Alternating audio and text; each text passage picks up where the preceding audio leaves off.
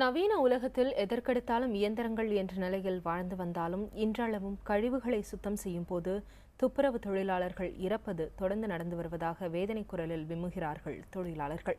இவர்களின் நிலையை பதிவு செய்கிறது இந்த தொகுப்பு.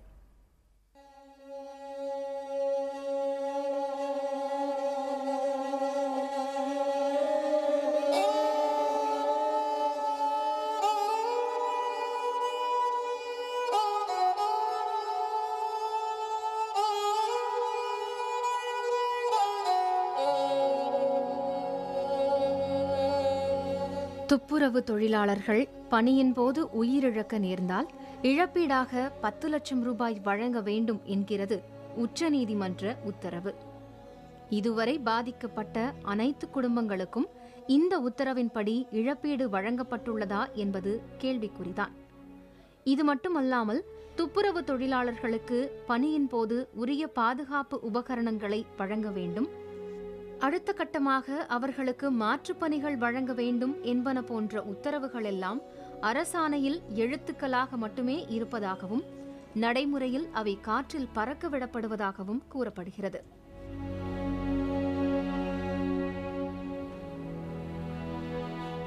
ஒரு ஐடி கார்டு கொடுக்கணும், அவர்களுக்கு ஒரு நிதி மாநில அரசு வழங்க வேண்டும், அவர்களுக்கு மாற்றுத் தொழில் கொடுக்க வேண்டும், அவர்கள் குடும்பத்தில் உள்ளவர்களுக்கு உயர்கல்வி வரும் இலவச கல்வி கொடுக்க வேண்டும், குடும்பத்தில் உள்ள மற்றவர்களுக்கு தொழில் பயிற்சி கொடுத்து அவர்களுக்கு மானியமோடு புதிய தொழில் தொடங்குவதற்கான உதவி செய்ய வேண்டும். அது மட்டுமல்லாது அவர்களுக்கு நிலத்துக்கான ஒரு நிலமோ வீடு கட்டுவதற்கான மனையோ அல்லது கட்டப்பட்ட ஒரு வீடோ கொடுக்க வேண்டும் என்று இந்த சட்டத்தில் சொல்லப்படுகிறது. அதெல்லாம் செய்ய வேண்டும். ஆனால் இன்றைக்கு வரை முழுமையாக இந்த கணக்கெடுப்பையே சரியாக செய்யவில்லை. 1993ஆம் ஆண்டு மனித கழிவுகளை மனிதர்களே அள்ள தடை விதித்தது மத்திய அரசு. தொழிலாளர்களை இப்பணியில் ஈடுபடுத்துவோருக்கு ஓராண்டு சிறை தண்டனையும் 20,000 ரூபாய் அபராதமும் விதித்தது. இப்படி எத்தனை சட்டங்கள் உத்தரவுகள் இருந்தாலும் அவை நடைமுறைப்படுத்தப்படவில்லை. எனவே தொழிலாளர் பாதுகாப்பு சட்டத்தில் திருத்தம் மேற்கொள்ளப்பட்டு மனித கழிவுகளை மனிதர்களே அள்ள தடை மற்றும் அவர்களுக்கான மறுவாழ்வு என்ற பெயரில் சட்ட மசோதா 2013ஆம் ஆண்டு நடைமுறைப்படுத்தப்பட்டது. இச்சட்டம் குறித்து தொழிலாளர்கள் அறிந்து கொள்ளும்படி பரப்புரை செய்ய வேண்டும் எனவும் சட்டத்தில் வலியுறுத்தப்பட்டுள்ளது.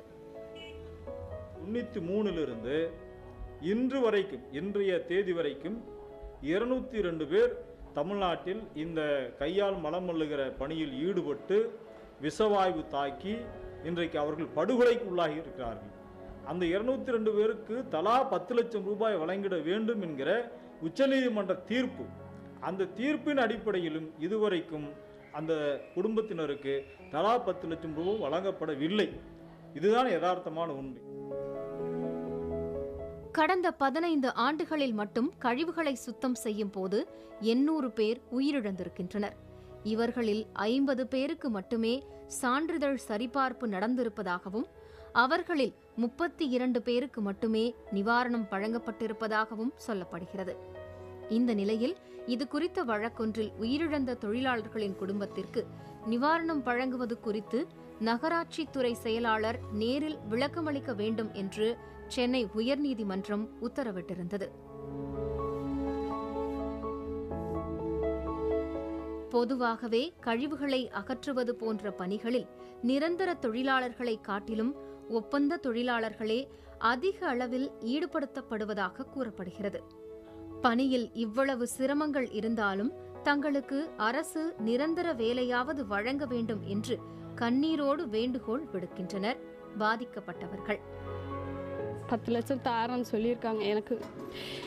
எனக்கு ஒரு வேலை போட்டு கொடுத்தா நான் என் பிள்ளைகளை வச்சு காப்பாற்றிக்கிடுவேன் சார் கடைசி வரைக்கும்.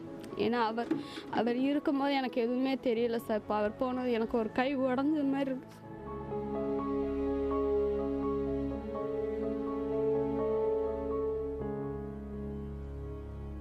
பாதிக்கப்பட்டவர்களின் இந்த நிலையை மாற்ற அவர்களுக்கு உரிய இழப்பீடு வழங்குவதும் அவர்களுக்கான மாற்றுப்பணி வழங்குவதிலும் அரசு கூடுதல் கவனம் செலுத்த வேண்டும் என்பது சமூக ஆர்வலர்களின் கோரிக்கையாக இருக்கிறது. இதுபோன்ற செயல்களினால் சமீபத்தில் மதுரையில் 2 துப்புரவு தொழிலாளர்கள் உயிரிழந்தனர். விலையில்லாத உயிருக்கு நிவாரணம் என்று எதை ஏற்பது என்ற கேள்வியும் எழத்தான் செய்கிறது. இந்த நிலையில் தங்களுக்கான பணியை நிரந்தரம் செய்து தர வேண்டும் என்ற குரலையும் முன்வைக்கின்றனர் துப்புரவு தொழிலாளர்கள். புதிய தலைமுறைக்காக மதுரையிலிருந்து செய்தியாளர் ஹரி மற்றும் ஒளிப்பதிவாளர் குழுவுடன் காயத்ரி.